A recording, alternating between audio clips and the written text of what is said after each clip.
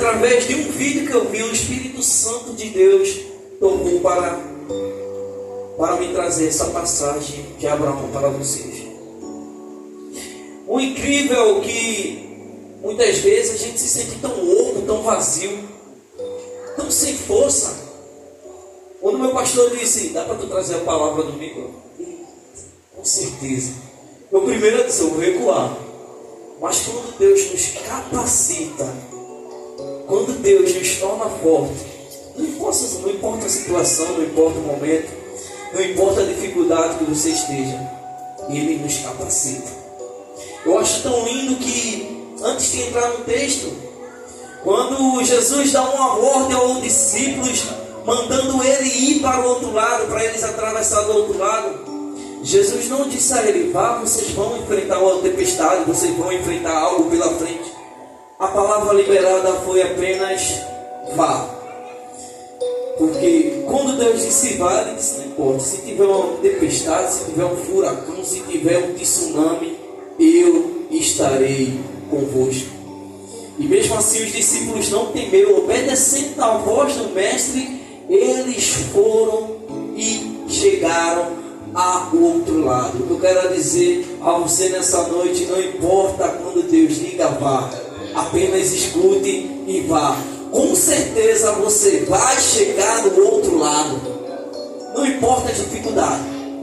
E entrando aqui no texto de Abraão, e o texto diz que aconteceu depois dessas coisas, que Deus provou a Abraão e disse, Abraão, e ele disse, eis-me aqui.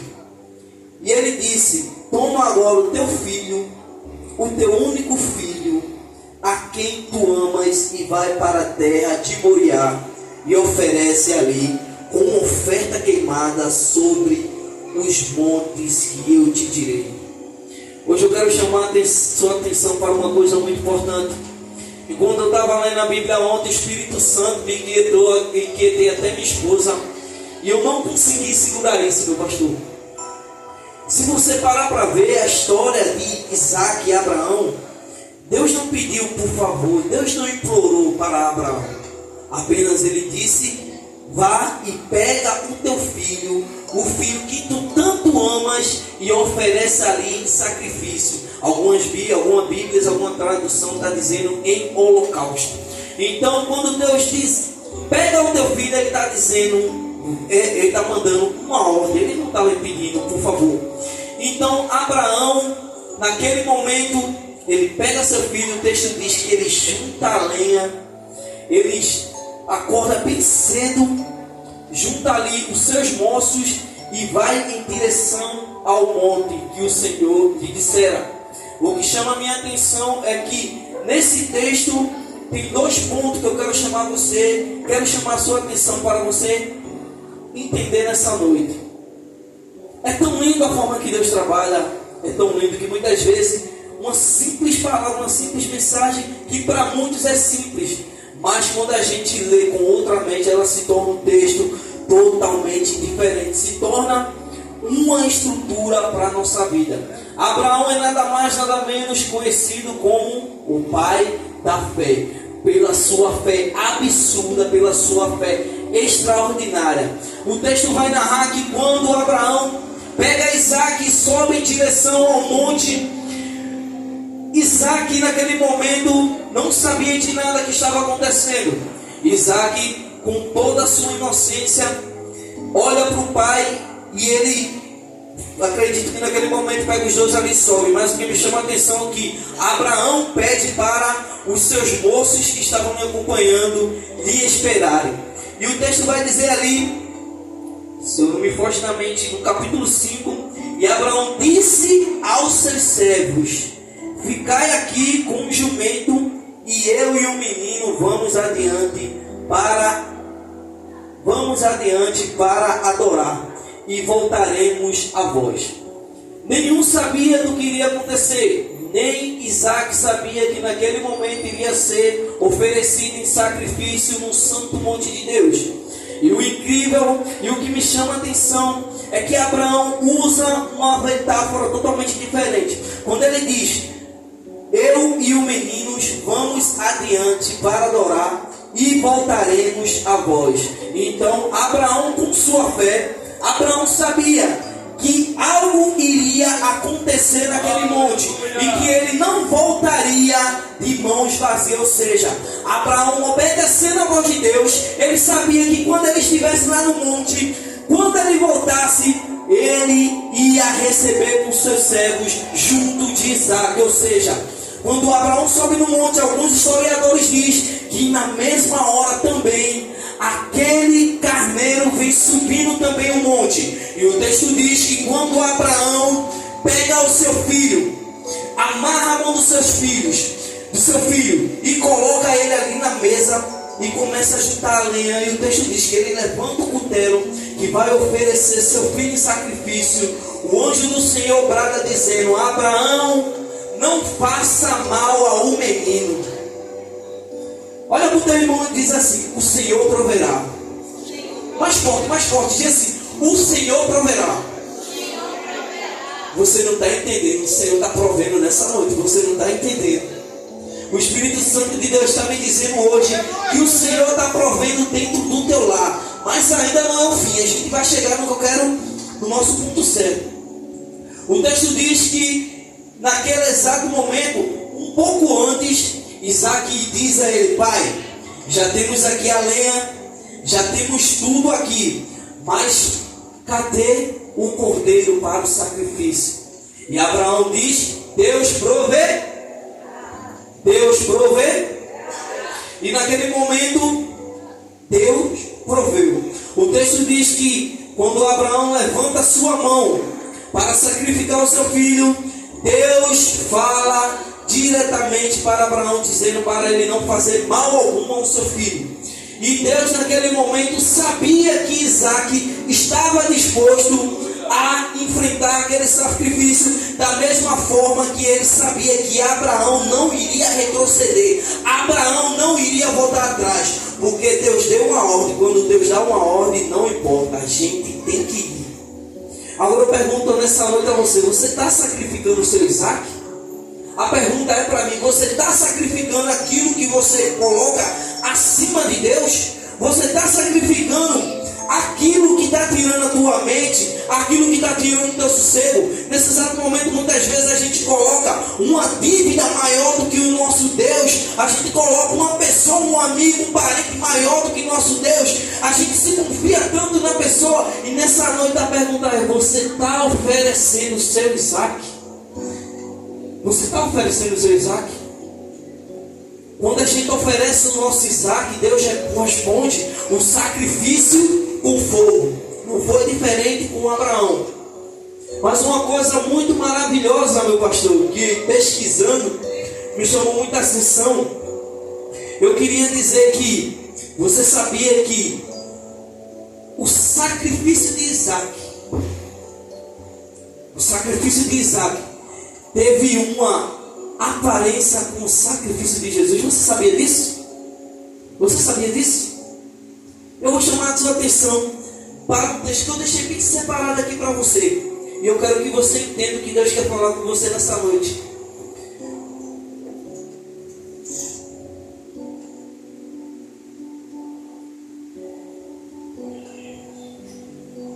Quando abrimos as páginas do Antigo Testamento, igreja, encontramos uma das narrativas mais profundas e misteriosas de Gênesis, no Alto Monte Moriá.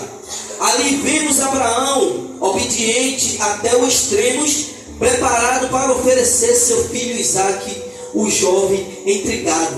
Pergunta ao pai: onde está o cordeiro? Como eu tinha falado antes. E Abraão, movido por fé e profecia, declara: o Senhor proverá. No momento decisivo, Deus intervém um animal, fica preso pelos chifres, entre os arbustos, e a toma no lugar de Isaac. A vida do cordeiro é dada para a vida do menino que seja poupado. Ou seja, é um sinal de antecipação, uma sombra do que viria. Escute isso aqui, que maravilhoso. No Antigo Testamento, o Novo Testamento, a profecia é cumprida. Como assim a profecia é cumprida?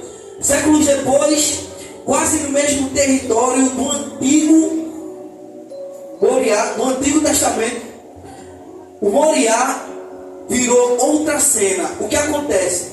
Desta vez foi o Calvário. João Batista vê Jesus se aproximando e declara o quê? Eis aí o Cordeiro de Deus que tira o pecado do... Você vai entender o que eu estou falando. O Cordeiro é oferecido no lugar de Isaac. Vê que coisa importante. O Cordeiro é nada mais, nada menos que uma demonstração. Ou seja, naquele momento Deus está testando Abraão, mas isso é nada menos que uma sombra do que viria no futuro. Ou seja, quem foi oferecido no mesmo lugar. Alguns historiadores dizem que provavelmente nos anos, acredito que 200 anos, 2000 anos depois, a Bíblia fala que naquele mesmo lugar foi oferecido nosso bom Cristo na cruz do Calvário. Ou seja, próximo à mesma redondeza que Isaac iria ser oferecido. Mas o texto chama a atenção que entre as diferenças é que Deus poupou a vida de Isaac, mas a vida do Cordeiro não foi poupada. Então o Cordeiro que foi sacrificado estava representando o nosso Cristo que foi sacrificado na cruz do Calvário. E eu quero trazer alguns pontos de vista aqui muito importantes para você. Eu separei muito lindo que chamou muita atenção, que diz: o filho amado era Isaac. Ou seja, quem era o filho amado de Deus? Jesus. Vamos lá. Isaac foi oferecido em holocausto. Abraão não pensou em poupar a vida do seu filho, obedecendo à voz de Deus. Da mesma forma que Deus não poupou a vida do seu filho. Isaac carregou a lenha para o próprio sacrifício no monte, assim como Jesus carregou a madeira da sua própria cruz, igreja. Submissão voluntária. Isaac submeteu o seu pai e deixou-se amarrar no altar. Jesus entregou-se de forma voluntária para morrer pela humanidade. O monte, a tradição aponta que o monte onde foi levado fica na mesma região onde Jerusalém e o monte Gólgota, onde Jesus foi sacrificado. Quando Isaac pergunta onde está o cordeiro, Deus proveria o cordeiro. No fim, o cordeiro preso pelo chifre nos arbustos, salvando a vida de Isaac. No caso de Isaac, Deus proveu o substituto e o jovem foi poupado. Com Jesus, ele foi o cordeiro definitivo que não foi poupado, morrendo para pagar pelos meus pecados, pelos teus pecados, pelos pecados do mundo, servindo como substituto real para a humanidade, igreja. Então, quando eu leio isso aqui, me vem nada mais, nada menos como se fosse um prestágio dessa, ou seja, Deus estava auto-se-passando, sabendo da dor que Abraão iria passar ao sacrificar seu filho. E uma coisa que eu quero chamar a sua atenção é que a gente, quando para analisar muitas vezes a vida, não sei você, eu já parei muitas vezes para analisar a vida e já vi que nem sempre as coisas é como a gente quer. Muitas vezes Deus tem um plano para nós, Deus quer trabalhar na nossa vida de forma diferente, só que a gente quer trabalhar do nosso jeito, a gente quer fazer as coisas do nosso jeito. E a pergunta é hoje: você vai continuar fazendo as coisas do mesmo jeito, do seu jeito? Ou você quer que Deus toque no seu coração? Você quer que Deus trabalhe da forma que Ele quer? Ou você quer que Deus use você da forma que Ele quer? Então sacrifique aquilo que está te prendendo, sacrifique aquilo que está tirando o teu foco diante de Deus. Entregue tudo ao Senhor. Abraão entregou tudo que ele tinha. Abraão ofereceu tudo que ele tinha. E Deus respondeu a Abraão naquela noite com fogo, oferecendo sacrifício para provar o seu próprio filho. É necessário muitas vezes que Deus prove a nossa fé.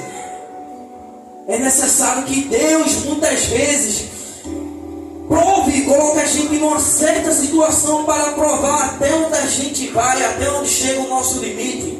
A oportunidade é sempre dada. Deus está te dando hoje uma oportunidade de você respirar, uma oportunidade de você buscar a Ele, uma oportunidade mais uma vez de você se redimir para Ele. Então entrega o teu Isaac, entrega aquilo que está tirando o teu foco do céu. Se o foco é o céu, então vamos buscar a Ele, vamos adorar a Ele. A Bíblia diz que esse mundo é passageiro, tudo passará, mas a palavra dele vai permanecer entre a gente, o louvor dele vai permanecer. Ou seja, entrega o teu Isaac, entrega a tua preocupação nessa noite. Muitas vezes é necessário a gente se apaixonar por Cristo novamente, porque muitas vezes o coração da gente está tão distante, o coração da gente está tão longe, o coração da gente está tão enfraquecido, que Deus está testando nossa fé, e a gente está aéreo, e estamos em outro mundo, e Deus está aqui querendo te puxar, querendo te trazer. Muitas vezes, só o fato de você estar em casa, deitado, e dia de domingo, dia de culto, você olha assim: eu não vou para a igreja. Aí você do nada muda de ideia. Você chega aqui, vou trocar de roupa, vou tomar um banho, você vê, chega na casa de Deus. Ou seja, sua fé foi testada.